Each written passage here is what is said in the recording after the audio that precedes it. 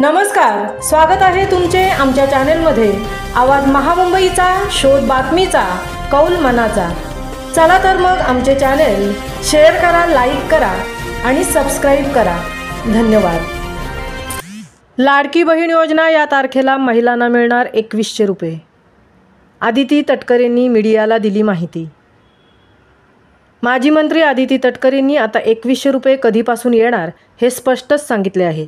आदिती तटकरेंनी मीडियासमोर दिलेल्या माहितीत म्हटले आहे की वाढीव निधी हा लाडक्या बहिणींना येत्या अर्थसंकल्पापर्यंत म्हणजे मार्च 2025 पर्यंत येईल।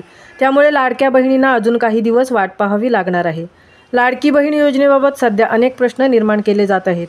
लाडकी बहीण योजना बंद होणार, 2100 रुपये महिलांना मिळणार नाहीत, अशा अनेक चर्चा सुरू होत्या।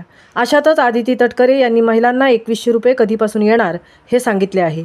लाडकी बहीण योजनेअंतर्गत महिलांना वाढीव निधी लवकरच मिळेल, याबाबत निर्णय 2025च्या अर्थसंकल्पात घेतला जाईल, असे आदिती तटकरे यांनी म्हटले आहे। त्यामुळे आता महिलांना 2100 रुपये मिळण्यासाठी मार्च महिन्याची वाट पाहावी लागणार आहे।